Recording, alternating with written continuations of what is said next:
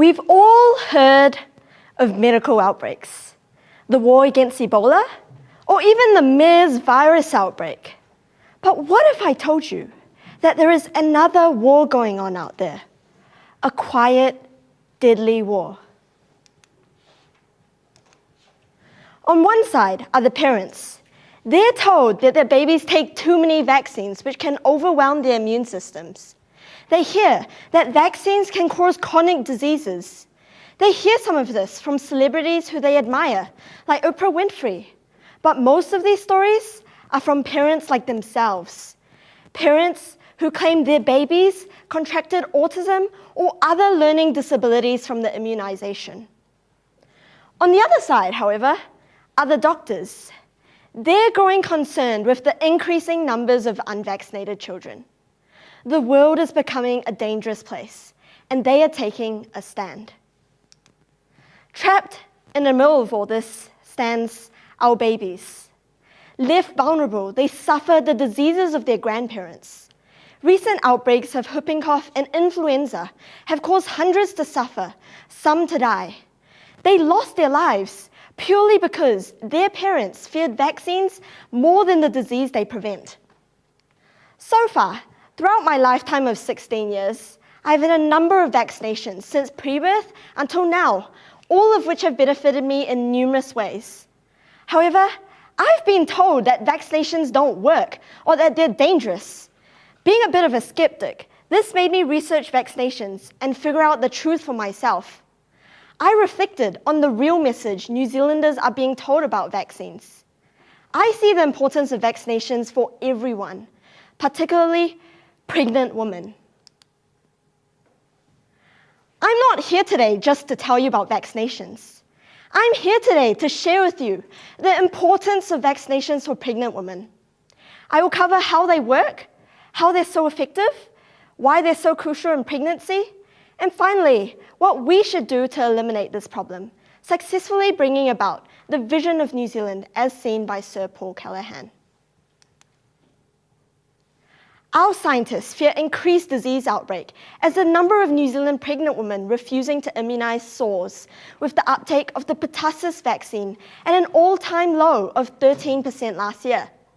More and more discredited vaccine advice is being given to pregnant parents, particularly pregnant women, by the internet, teachers, midwives, even pregnancy class teachers. The problem is not that our parents can't afford vaccines or they don't have access to medical care. The problem is that they're afraid of all that incorrect information about vaccines being harmful or dangerous. Let's start with the first question. What is an immunization? A vaccine is a biological preparation which supplies improved immunity to a certain disease. Vaccines will normally contain an agent which mirrors a microbe causing that particular disease. Microorganisms are typically made from weakened, dead forms of this microbe, such as its toxins or a surface protein. As you can see, this is an example of how the influenza vaccine is created. This agent works by prompting the body's immune system to identify the agent as a danger, kill it, and remember it, in order for the immune system to recognize it later on and kill it again. When a more fatal version of the agent is encountered, the body recognizes the protein coat on the virus, prepares the counter by neutralizing the target agent before it can go into cells, and recognizes and destroys cells which are infected before they can expand into higher numbers. Vaccines are historically proven to be the most effective method to fight and kill contagious diseases. There are two types of vaccines which are the most crucial for women in pregnancy. The first one is the tetanus, which protects the mother and baby from whooping cough. Whooping cough is a terribly infectious respiratory disease caused by the bacterium known as Bordetella pertussis. New Zealand slowly emerged from our most recent outbreak of pertussis last year. The highest risk period of pertussis in infants is in their first 6 months of life. Immunization of the mother while pregnant provides immunity to the infant during that time, so it is strongly recommended. In January of 2014 alone, there were 169 notified cases. Since the outbreak in August 2011, there have been a total of 10,060 pertussis notifications, resulting in 560 hospitalizations and 3 deaths. In one large United States study, vaccinations during pregnancy reduced infant pertussis cases by 33%, hospitalizations by 38%, and deaths by 49%. Antibodies created by the mother from the immunization are transferred to her baby across the placenta during the last few weeks of pregnancy and also prevents premature delivery. Next, the influenza. Women who catch the influenza during pregnancy can develop pregnancy complications, including premature birth.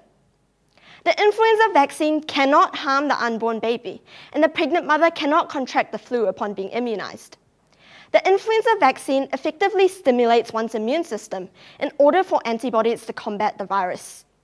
Once having this immunity, you can transfer it onto your baby naturally, decreasing the chances of a newborn contracting the flu. The New Zealand ESR influenza report in July this year shows 319 suspected cases in just 1 week, up from 184 in the previous week. It is the biggest 1-week rise this year and puts the flu season on a similar path to epidemic seasons of 2010 and 2012. Michaela McNally, a New Zealand mother, contracted the flu 35 weeks into the pregnancy, and she had not taken the flu jab.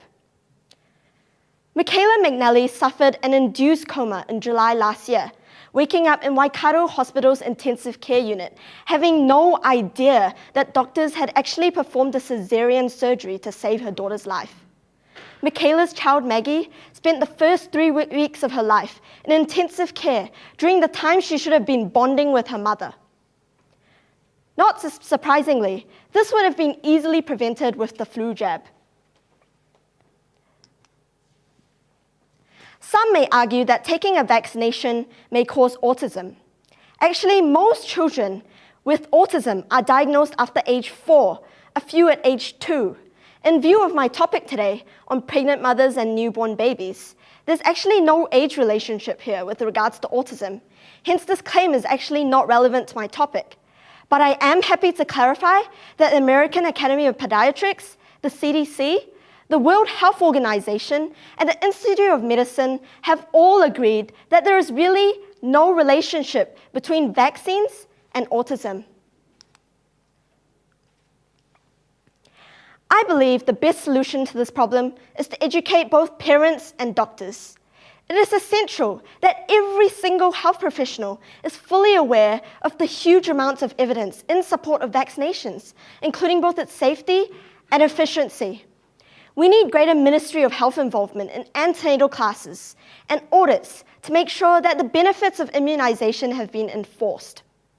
I'm calling for this to go viral on the internet, push more pro-vaccine messages to more expectant mums, and drown out all that negative messages surrounding vaccinations online. Health clinics, doctor surgeries, healthcare providers should all have a brochure or a pamphlet targeting each nationality and society, which they could then hand out to every person which walks in the door. Midwives need to speak to mothers, deliver the right messages. We need strict curriculum standards held nationally across the whole of New Zealand to streamline vaccination information given to pregnant women. I'm calling for better regulated, government-funded and private pregnancy courses in order to make sure that our community is not receiving these negative messages around vaccinations. The TV, schools, media all need to be informed. We need to make sure our community can differentiate between what is true and what is false and not confuse them with some doctors saying one thing, but midwives are saying another.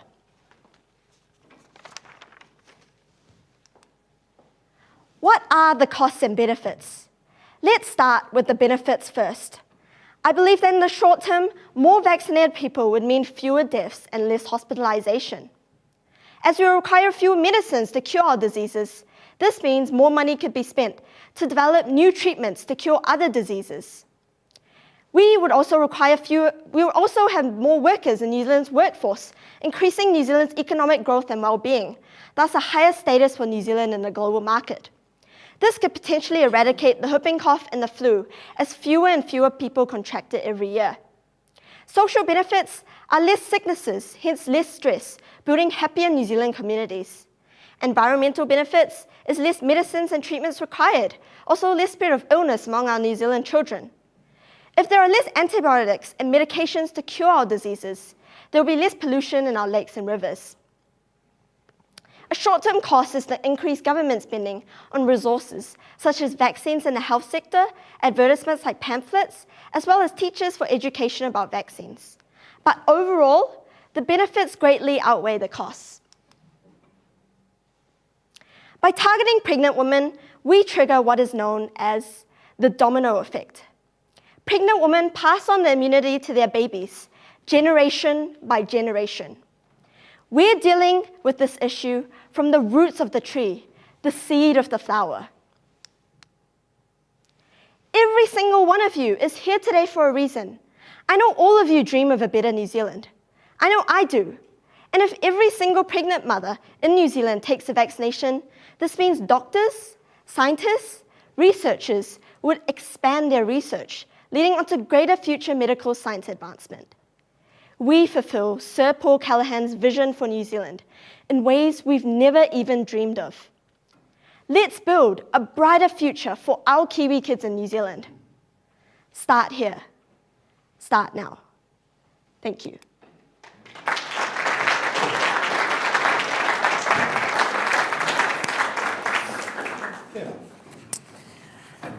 Thanks, Nicole.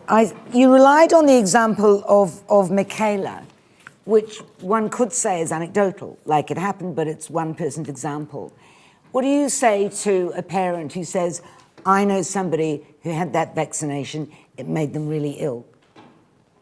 The cases of getting a really major illness, like a convulsion or a seizure from a vaccination is 1 in 14,000.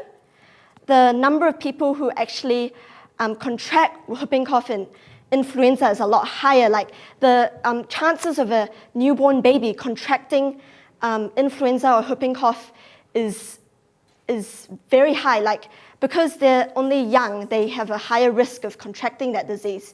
Hence, I believe that Michaela's was one example, but we only have one life, and if we can't take that risk of like just saying that was only one person in the whole of New Zealand, but actually there's no point taking that risk in like suffering a near-death experience like Michaela if there's something like a vaccine to prevent that. That's the same argument, of course, that parents use for not getting their children vaccinated, or maybe even themselves, because they know someone who suffered as a result of it. The thing is, you can contract like small side effects from a vaccination, but they're all easily healed from. Then there are no long-term effects of a vaccination. You're convinced there are never any long-term effects from any vaccination? There are a couple, but the benefits of a vaccination greatly outweigh those risks, which are very small. In a population. So how do you persuade the individual to do what's best for the population, but not necessarily 100% good for the individual? I just believe that there will be a few people who can't be vaccinated, and they might contract like severe illnesses from it, but there are very few. And the amount of it's important to have community immunity, which means most of the population who are immunized will protect those few who aren't immunized. So, you said you wanted to ensure that the benefits of immunization are enforced. How enforced do you want immunization to be, do you think? I think that we need to stress that all the messages surrounding vaccinations which are negative are censored. Said that they're not true. like we need to make sure that people know that it's like all those stuff online is actually not true, and we really need to look at two sides of two sides of the topic, because when you go online, there's so much on there and you don't know who to believe. So I think it's a really good place to start is like gynecologists. So we make sure they have brochures and pamphlets and make sure they're well educated to pass on this messages to pregnant women. Then tell media, companies, TV and stuff to pass that message on as well. Thank you. Thank you.